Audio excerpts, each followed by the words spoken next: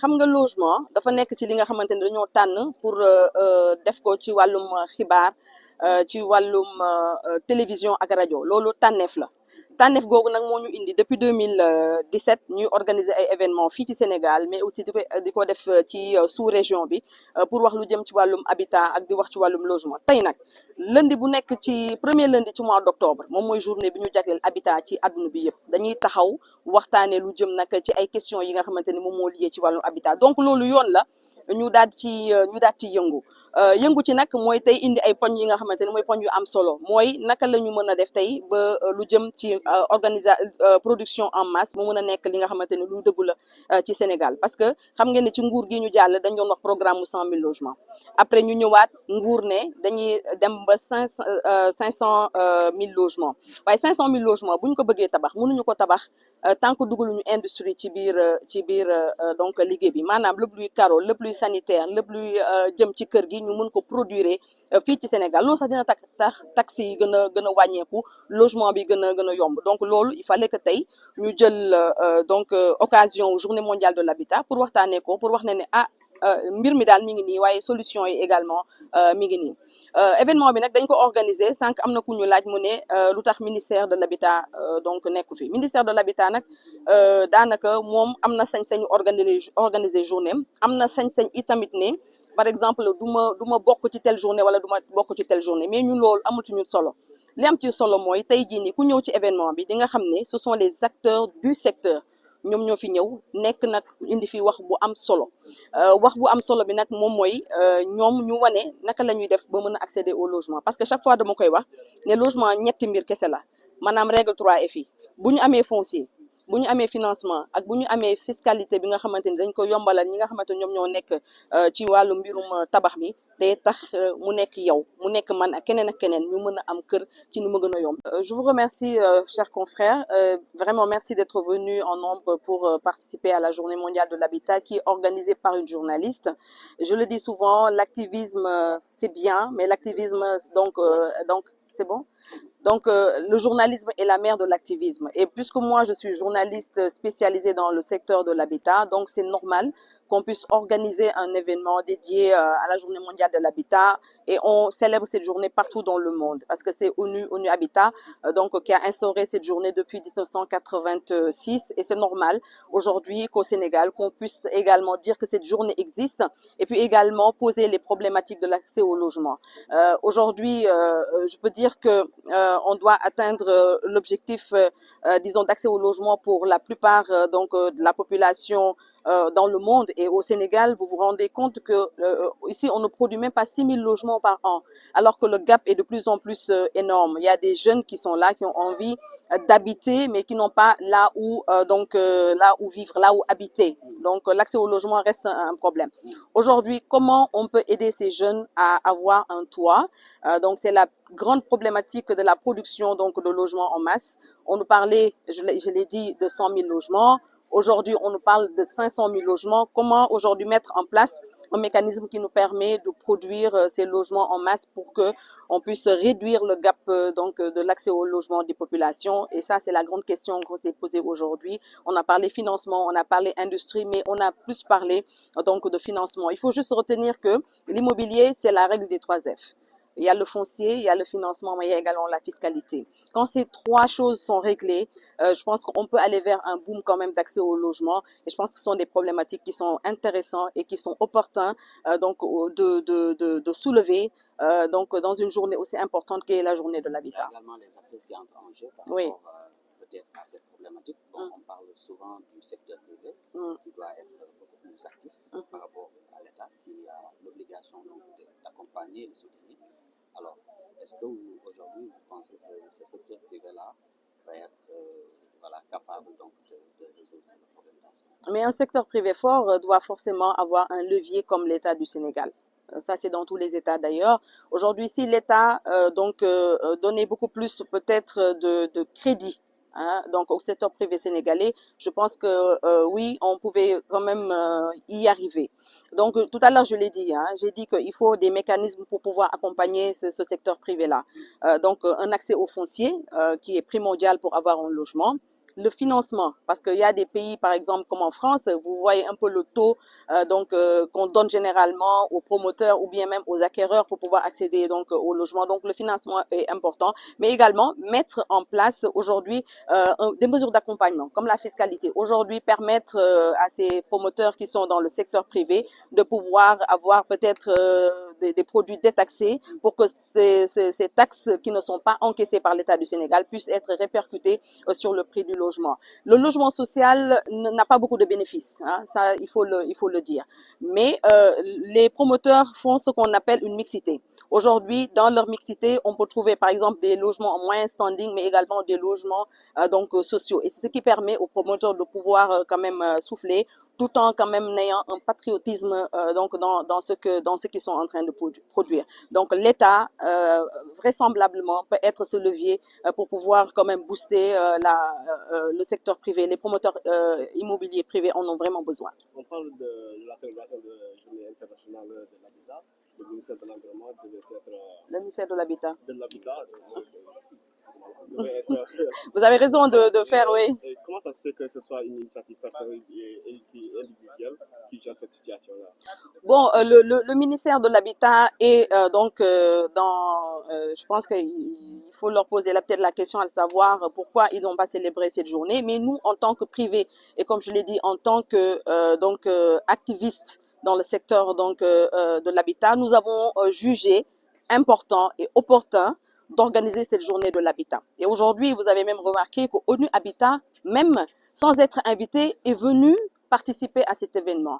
Donc c'est pour vous dire que voilà, on a fait un événement, on a invité les acteurs à venir et l'objectif ce n'est pas peut-être de voir si le ministère a organisé ou a aidé à organiser, mais l'objectif au final c'est de pouvoir rassembler les acteurs, de pouvoir parler, de pouvoir sortir ici avec des idées qui vont permettre aujourd'hui de pouvoir trouver des solutions à l'accès au logement. Parce que encore une fois de plus, les jeunes sont là, ils ont besoin d'avoir un toit et il faut accompagner ces jeunes à accéder à un logement décent.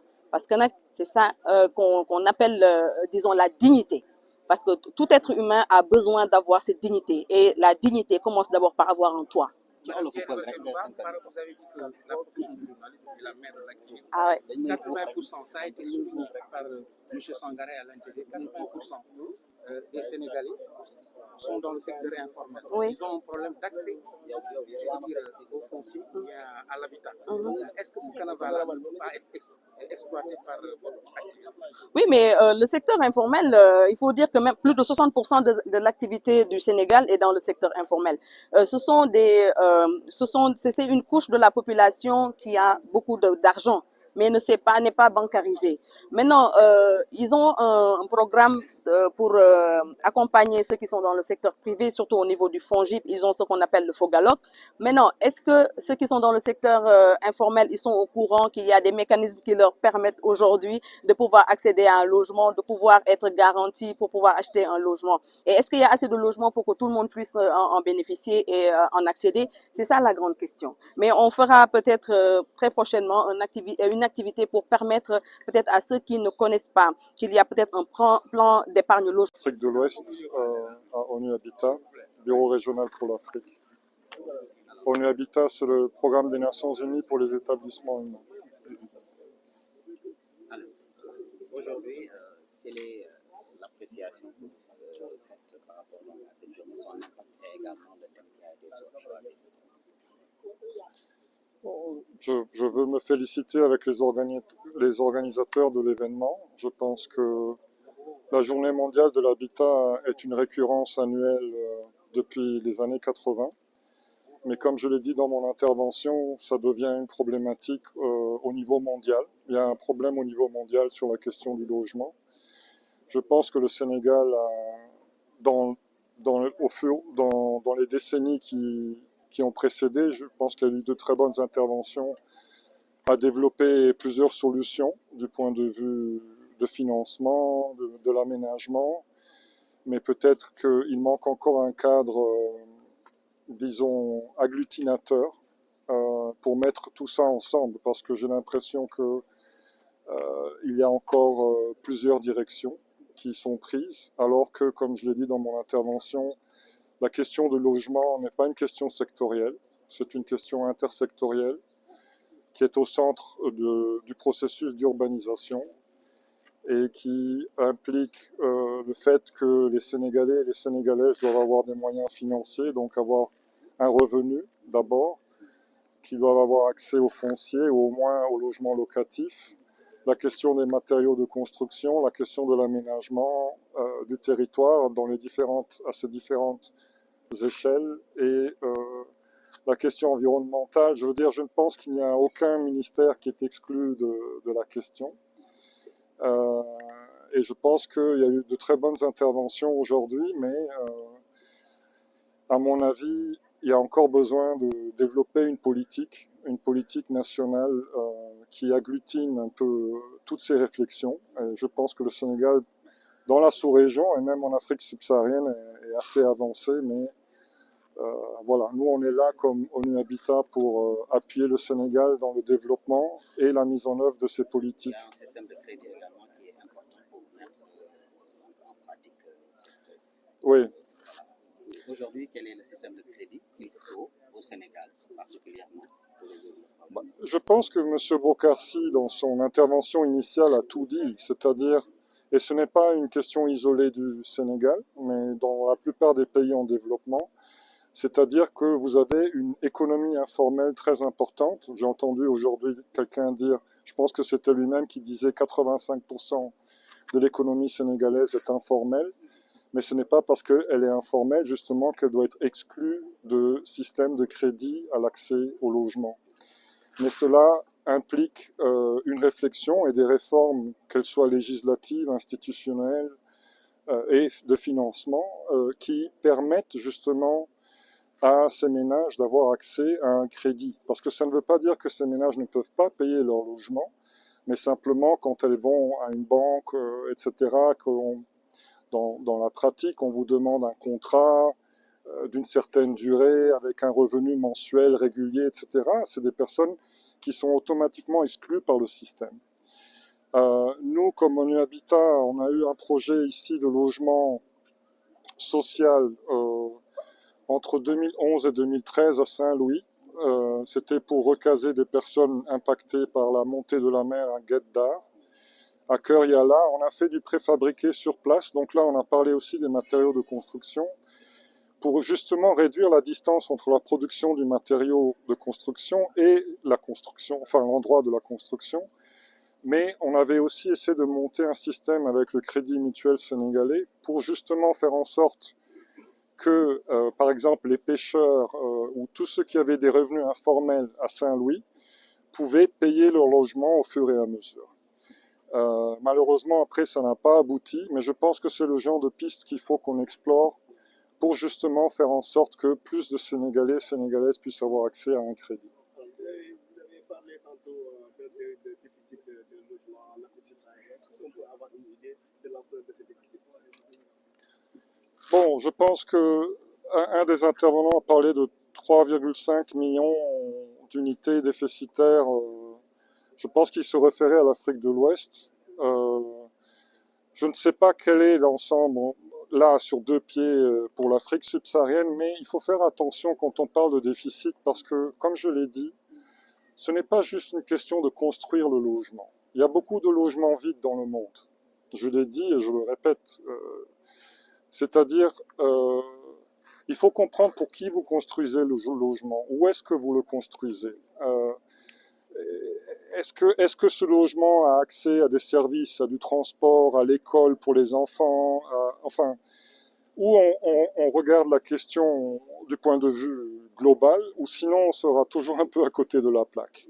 Alors, l'autre question qu'il faut aussi mettre sur la table, c'est qu'aujourd'hui vous avez un certain chiffre du déficit, mais dans 10 ans, vu l'explosion démographique encore dans la plupart des pays, mais surtout de l'urbanisation, le déficit va croître. C'est-à-dire il faut aussi regarder en perspective.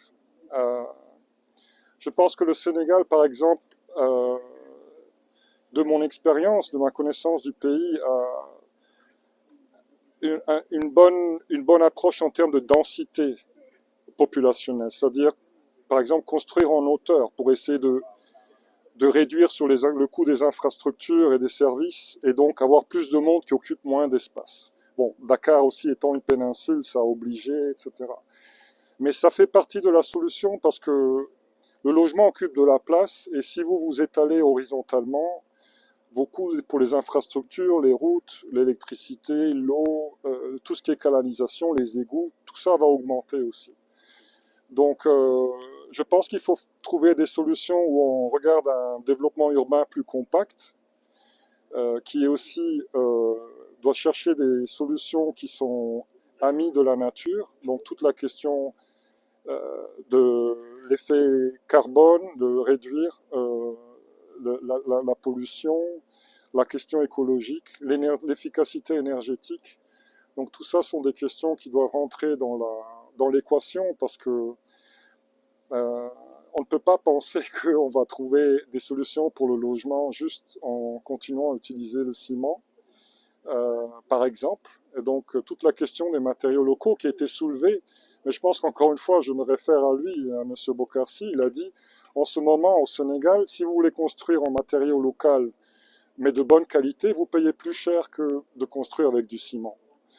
Donc, c'est des choses où il faut vraiment réfléchir aussi, parce que la solution, c'est vraiment la production locale de logements, en impliquant des entreprises au niveau local, en réduisant la distance entre la production des matériaux et la construction, etc. J'ai aussi entendu une chose, que l'État doit se charger de la question du logement. Alors, je voudrais dire que nous, comme ONU Habitat, on appuie l'État à développer des politiques et les mettre en œuvre. L'État devrait être un régulateur.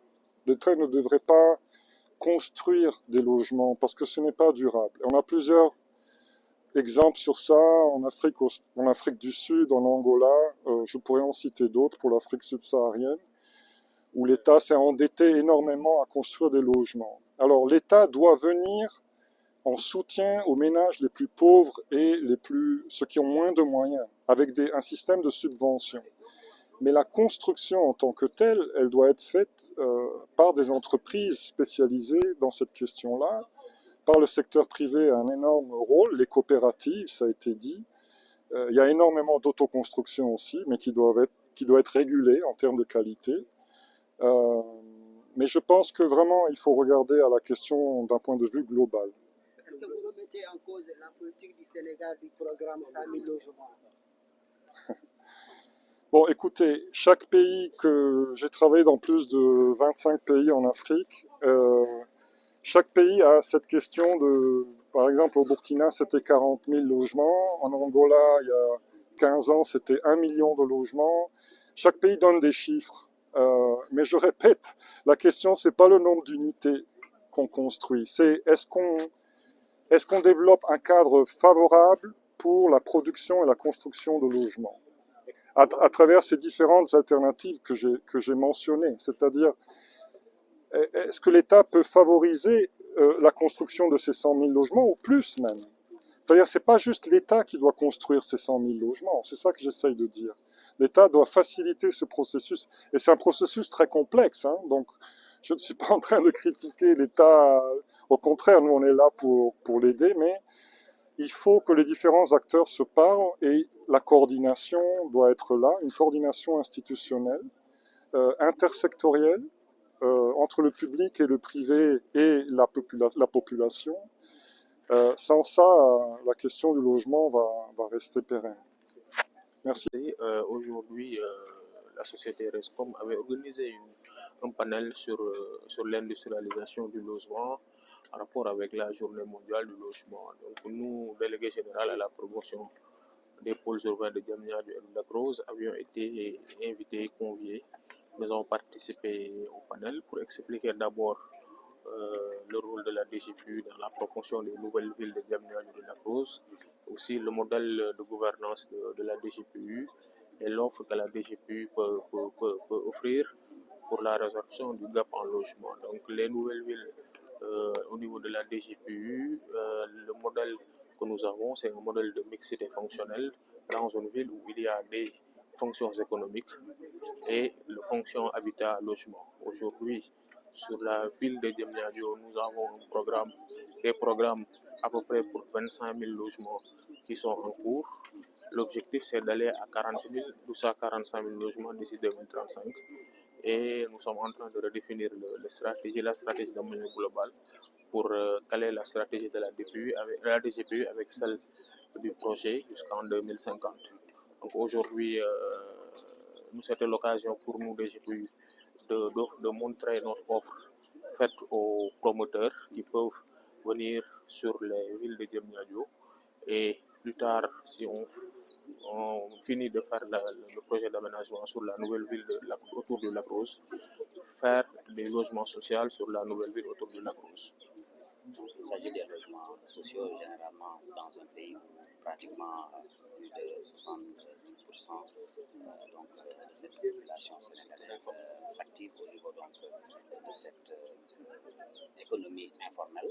Alors aujourd'hui, quelles sont les stratégies que vous comptez en quelque sorte mettre en place pour juguler sur tous ces facteurs-là?